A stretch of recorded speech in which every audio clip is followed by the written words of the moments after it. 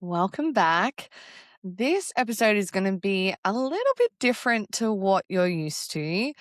I want to get you thinking again, like I have done in some of my previous solo episodes, where I want you to start reflecting a little bit more. And I'm going to pose some things to you. Now, what we're going to talk about today is sort of the concept around childlike faith. Now, some of this stuff I actually do in my high ticket coaching.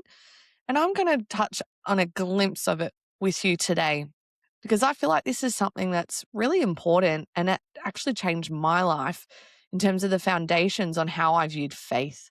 Because I hadn't really stopped to think about it in a lot of ways. Now, I want to talk particularly around the scripture in Mark 18. And in verse 3, it mentions having, like, unless you become like a child, you can't enter the kingdom. So I want to talk about becoming like a child. Now, for those of us that have been Christians for a while, we kind of understand what Jesus means by this. You know, a child is trusting, feels safe and secure in who they are generally and in their environment and trusting that their parents will do what's best for them. Might not always agree. I get that. But there's a lot that we can learn from children in the way that they trust. And they are very quick to trust until the world will teach them, unfortunately, for many, will teach them how they get hurt from trusting. And so when this question was posed to me, what lens am I viewing my faith through in terms of what does my childlike faith lens look like? I thought back to my own childhood. And yes, I'd gone through abuse. I'm also the oldest child, and big part of just my personality, the way it is, the word that came to my mind was responsible. I was a responsible child. Now, for some of you, you can relate. For some of you, no, it's not that word. But I encourage you, what were you like as a child? Were you responsible? Were you carefree? Were you scared? Did you hate that you had no control and no say over your life and your parents dictated everything? What was it for you? What is the lens that you view childhood? Now, don't get me wrong, most of the aspects of my childhood were great. And I do have very fond memories growing up and what things were like. But I guess in terms of how I was pretty responsible. And so then I realized the lens that I'm viewing my faith through was through this lens of responsibility. And that's not what God is asking of me when it came to my faith. He didn't want me to be responsible with my faith. He wants me to be responsible with a lot of things in life. Yes, definitely. But when it came to faith, he wanted me to surrender. Now, that was very difficult for me, letting go of that control that I was comfortable holding, whether it was working for me or not. I liked having that control. And so I had to work through a lot of that to understand that the way I was viewing faith was a little bit filtered. It was filtered through the lens of responsibility. And so, what lens are you viewing faith through? Is it through control, safety, performance, fear of failure, obligation? Or are you quite free spirited, childlike, and you're actually doing pretty well with that? And if you are doing well with that, I encourage you to share that with the people around you because that isn't so easy. And from what I'm seeing from a lot of women that are coming through my door, it's something they really struggle with. And, you know, a lot of people come to me to help them get organized, but all these things become part of the package. And this actually forms part of our identity. And it's key in being able to understand all of this. Another thing to think about, and another way to look at it, that having childlike faith. I know it doesn't use those words specifically in the Bible, but that's what it's meaning. But having the childlike faith, it's not being careless or irresponsible or immature, naive. It's not being any of those things, which we can associate with children as well. It is about being trust-filled, expectant, hopeful, curious even. Children are quite curious. And there is this level of belief that life is happening for you, not to you. So even the bad things that you feel like you don't have any choice in, people are hurting you, making decisions for you, you're feeling like you're scrambling for control in your actual physical life. When we can shift the lens in which we view our faith through, but also that we're viewing our life through, all of a sudden you're not the victim anymore. Life isn't just happening to you and you're powerless and out of control. You are starting to gain that control back in a healthy way, a healthy balance, not too much, not too little. You're regaining some power and authority, confidence. All these things also happen by default through reframing our lens through this clear picture of how we are viewing our faith and our faith in God.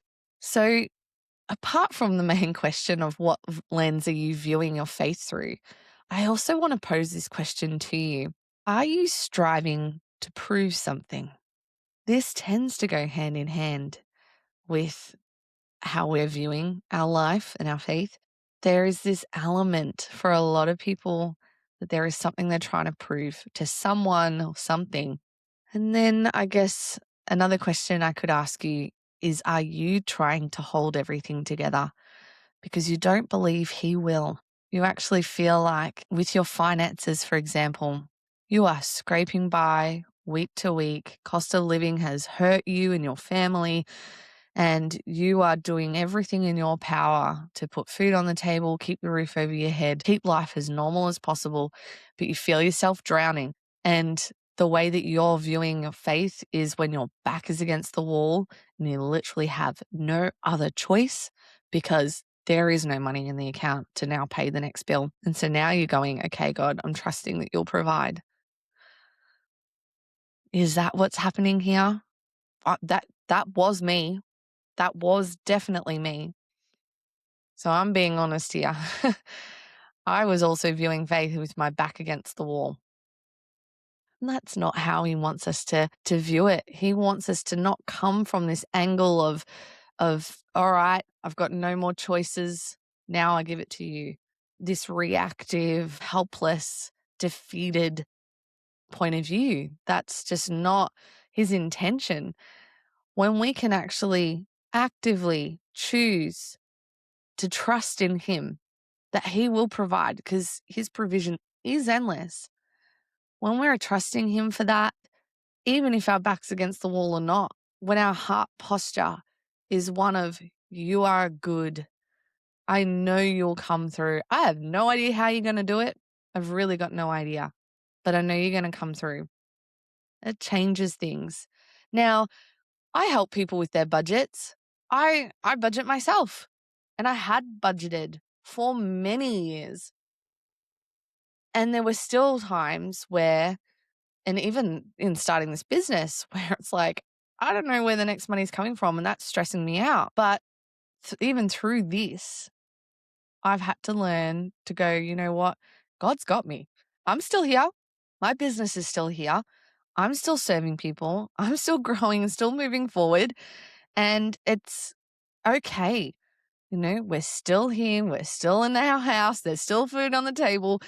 Even if the bank account looks a little bleak one week, he has come through again and again. Now, that's not me being irresponsible with my money. Not at all. I'm still being intentional and knowing where my money goes.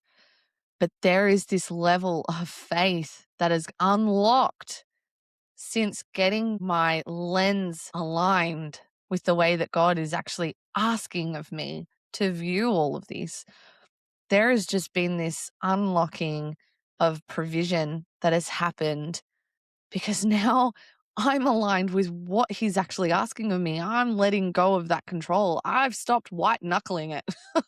I've stopped. And my goodness, it was hard. It was hard, but it is so possible. And from stepping through all of that to where I am today, yeah, things aren't perfect. I mean, this is life. Things are still going to pop up. Things are going to happen, but you learn to trust him more because he's never let me down. And you trust more and more, and it builds your faith more and more.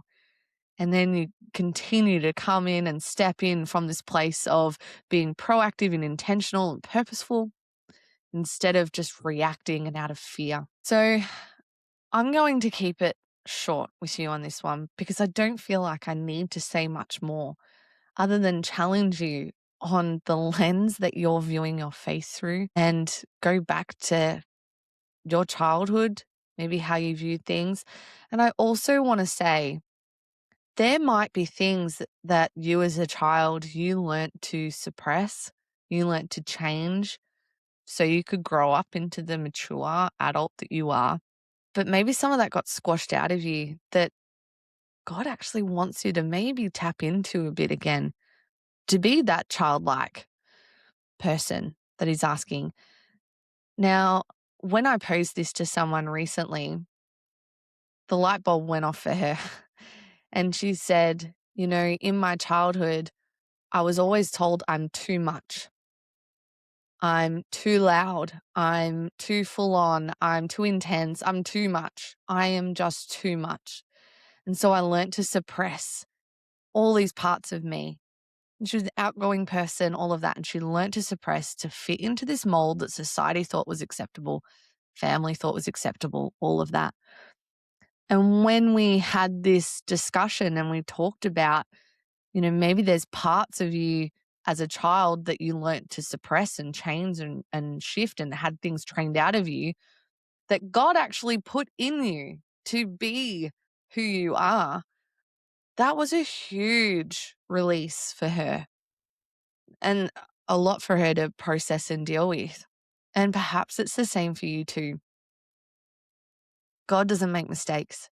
He created you a certain way. If you're too loud, if you're too bossy, too controlling, too whatever else that you were told as a child, what does that mean for who he actually wanted you to be? And yes, okay, it doesn't mean you go around like bossing everyone around or whatever these days, but go, okay, he created me to be a leader, to speak up, to achieve this and that. Like, look into that, tap into that. If you've got questions on this, please reach out to me. There is a text button. You can send a text directly to me and I will respond as soon as I can. I would love to hear your thoughts on this because I've never heard anyone talk about this before, but this is something that God was revealing to me. And I'd love to know what your thoughts are with this. Now, if you're someone that's like, I need to dive deeper into this, I want to know more of this, then you can join me inside the She's Organized Hub. That's fine. And I'll get to know you in there. And that would be great. I've got plenty in there to get you started, but I have got an offer. So it does cost a bit more, but my goodness, the transformation that happens in that will change your life. And if that's something that you are interested in knowing more about, I would love to share those details with you. So just feel free to send me an email or again, send a text or DM me on Instagram and I will get back to you and help work out if it's a good fit for you or not. But there are resources and there are things put in place to help you in this season now, to help you grow in your faith.